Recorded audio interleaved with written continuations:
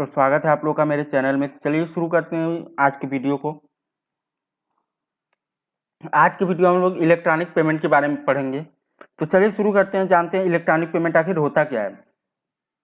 चलिए वीडियो शुरू करते हैं। An electronic payment system is way of making transaction or paying for goods and services through an electronic medium. एक electronic payment system transaction का एक वे होता है, किसी भी सामान या सर्विस के जो भी है सर्विस लेने के लिए जो हम उसके बदले में पे करते हैं, जो पेमेंट करते हैं, ट्रांजैक्शन करते हैं, वो इलेक्ट्रॉनिक पेमेंट होता है। जैसे कि हम कोई भी सामान लिए, उसके बदले में हम फोन पे, गूगल पे, क्रेडिट कार्ड, डेबिट कार्ड, कुछ किसी भी से हम पे करते हैं उस शॉपकीपर को, या फिर जिसे हम सामान ले रहे हैं उसे हम पे करते हैं, तो वो हमारा इलेक्ट्रॉनिक पेमेंट हो गया, electronic payment system. It's also called electronic payment, e payment system और ऑनलाइन पेमेंट सिस्टम। इसे हम कहते हैं ई पेमेंट सिस्टम या फिर online payment system. E payment system is done through credit card, smart card, e cash, e cheque और भी सारे हैं, जैसे कि फोन पे, गूगल पे, पेटीएम और भी सारे हैं। अब इस ई पेमेंट सिस्टम के लिए क्या क्या मतलब नीड है, किस इसमें क्या क्या चाहिए, तो चलिए वो देखते हैं। पहला तो एक्सेप्टेबिलिटी होनी चाहिए। जैसे हम ट्रांजैक्शन कर रहे हैं तो उसको कंप्लीट होने के लिए पहले उसे एक्सेप्ट होना चाहिए उस पेमेंट को, तभी वो ट्रांजैक्शन कंप्लीट होगा। दूसरा कन्वर्टिबिलिटी, जो हमारा ई पेमेंट जो भी हमारा डिजिटल कैश है, जैसे फोन पे, गूगल पे में हमारा जो अकाउंट में पैसे हैं उसको हम इजीली कन्वर्ट कर सकेंगे सिंपल कैश में। अकाउंट में जाके कुछ अकाउंट में भेजा जाए तो वहाँ से कैश निकाला जाए, किसी और को दिया जाए, वहाँ से मतलब वो इजीली चेंज किया जा सके। तीसरा इफिशियंसी, यहाँ इफिशियंसी से ये मतलब है कि जो हम ट्रांजेक्शन कर रहे हैं, जो भी हम ट्रांजेक्शन कर रहे हैं तो उसके प्रति, जैसे हम किसी बैंक से हम एटीएम से पैसे निकाल रहे हैं तो सेम बैंक का है तो उसमें काश पैसे नहीं लगे, लेकिन जैसे ही अनदर बैंक एटीएम से निकालेंगे पैसे तो लगभग 4 या 5 जो भी है उससे लिमिट पार होता है, तो उस ट्रांजेक्शन पे पैसे कटने लग जाते हैं। लेकिन यहाँ पे जो है कि ऑनलाइन पेमेंट जब हम करते हैं तो यहाँ पे प्रति ट्रांजेक्शन, जितने भी ट्रांजेक्शन करते हैं लगभग उसकी जो कास्ट है 0 होना चाहिए, मतलब एकदम होना ही नहीं चाहिए उसका कास्ट। चौथा है फ्लेक्सिबिलिटी।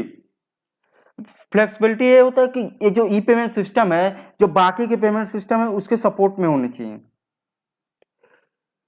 पांचवा है रिलेबिलिटी।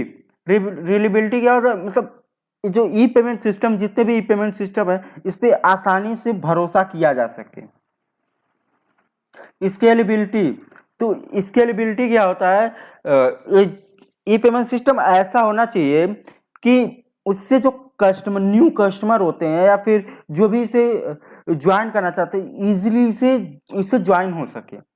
यूजेबिलिटी, यूजेबिलिटी क्या होता है, ई पेमेंट में जो पेमेंट किया जाता है वास्तविक पेमेंट की तरह इजी होना चाहिए, ज्यादा हार्ड नहीं होना चाहिए पेमेंट करना। 8 नंबर सिक्योरिटी।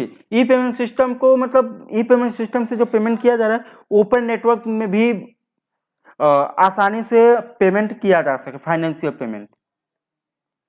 ये था ई पेमेंट के लिए जो जो रिक्वायर्ड था, जिसकी आवश्यकता होती है ई पेमेंट के लिए, वो सब था। अब अगला हम लोग का है एडवांटेजेस ऑफ ई पेमेंट। तो अब देखते हैं ई पेमेंट आने से क्या क्या फायदे हुए, क्या क्या फायदे होते हैं, देखते हैं। पहला है फास्ट ट्रांजैक्शन स्पीड। जब से ई पेमेंट आया है, जो ट्रांजैक्शन की स्पीड हो गई बहुत ही ज़्यादा फास्ट हो गई है, जिसकी वजह से हमारा टाइम सेव होता है। नंबर 2 टाइम सेविंग, टाइम बच जाता है, कम टाइम में ट्रांजैक्शन हो जाता है और टाइम बच जाता है। तीसरा है reduced risk of money lost, मतलब जो पैसे गुम होने के या चोरी करने का डर था वो सब चला गया। नहीं तो पहले क्या होता था, हम बैंक से पैसे निकाल के आ रहे हैं या फिर बैंक में पैसे जमा करने जा रहे हैं, रास्ते में ही कोई छीना छपटी हो गया, पैसे गायब। चौथा है हमारा लो ट्रांजैक्शन कास्ट। इसके थ्रू जो होता है कि ई पेमेंट में जो हम ट्रांजैक्शन करते हैं उसका कास्ट जो होता है, प्रति ट्रांजैक्शन कास्ट लगभग 0 के बराबर होता है, बहुत कम होता है। 5वां नंबर है इंक्रीज्ड सेल्स। इसके आने से मतलब जो सेल्स हुए वो सेल्स में ज़्यादा इंक्रीमेंट हुआ है। 6वां नंबर है easy of adding electronic payment system. Electronic payment system से आसानी से जुड़ा जा सकता है। अब आते हैं disadvantage of e payment. E payments में क्या क्या मतलब हानियां हैं, इसके बारे में जानते हैं। पहला है पासवर्ड थ्रेट्स। पासवर्ड चोरी होने के जोखिम रहते हैं, पासवर्ड चोरी भी हो सकता है, लीक भी हो सकता है। चौथा रिस्क ऑफ फ्रॉड्स। इसमें फ्रॉड का भी एक डर लगा रहता है। Risk of hacking. हैकिंग का भी डर लगा रहता है। एक ऑनलाइन पेमेंट है, एक सर्वर के थ्रू चलता है, क्या पता इसको हैकर अटैक भी हो सकता है, कोई भरोसा नहीं है इसका। लो कंज्यूमर एक्सेप्टेंस।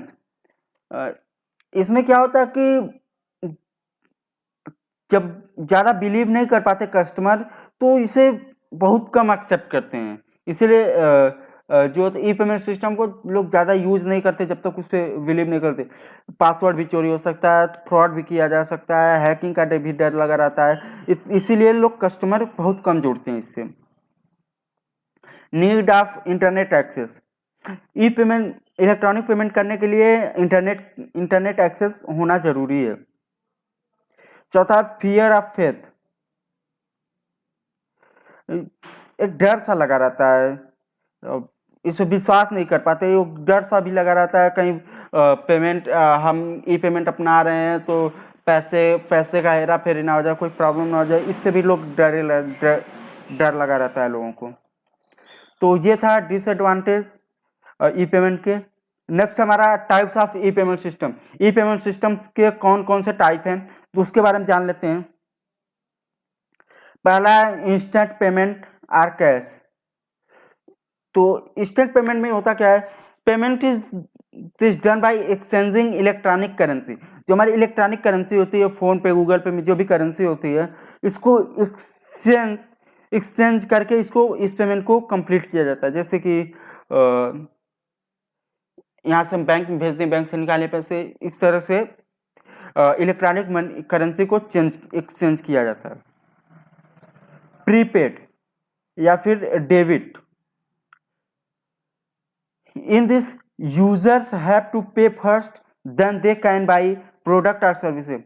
इसमें क्या होता है कि प्रोडक्ट खरीदने से पहले जो कस्टमर होता है उसको पे करना होता है, पहले पैसे पे करने होते हैं, उसके बाद ही वो प्रोडक्ट या सर्विस को बाई कर सकता है। तीसरा है हमारा पोस्ट पेड और credit. This payment allows the user to purchase a product और सर्विसेज एंड देन पेड। इसमें क्या है कि जो कस्टमर है पहले प्रोडक्ट को चेक करके देख के मतलब अच्छे से उसकी जांच करके उसके बाद उसको खरीद लेगा, उसके बाद पेमेंट करेगा, ना कि पहले पेमेंट करेगा। तो ये तो हमारा 3 टाइप के थे पेमेंट सिस्टम, इंस्टेंट पेड, फिर प्रीपेड, पोस्ट पेड, ये था। तो चलिए फिर से हम लोग ऊपर रिवाइज कर लेते हैं इसे, क्या क्या हम लोगों ने पढ़ा।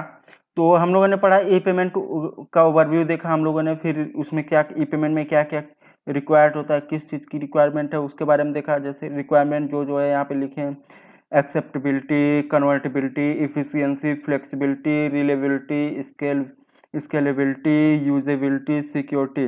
अब ई पेमेंट से क्या लाभ है वो यहाँ पे बताया हमने। Fast transaction speed, time saving, reduced risk of money lost, low transaction cost, increase sales, ease of adding electronic payment system.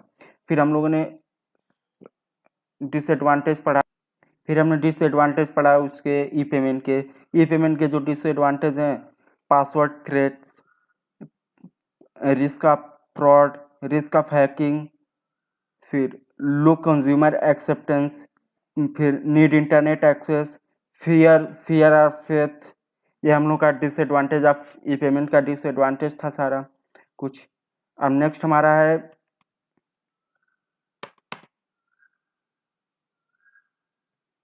फिर हम लोगों ने पढ़ा ई पेमेंट सिस्टम के कितने टाइप्स होते हैं। पहला हम लोग पढ़ा इंस्टेंट पेड, दूसरा हम लोगों ने पढ़ा प्रीपेड, तीसरा हम लोगों ने पढ़ा पोस्ट पेड। तो आज के वीडियो में इतना था ई पेमेंट के बारे में। तो अच्छा लगा हो तो लाइक कर दिए। उम्मीद करता हूँ कि जो हमने बताया वो समझ में आ गया होगा।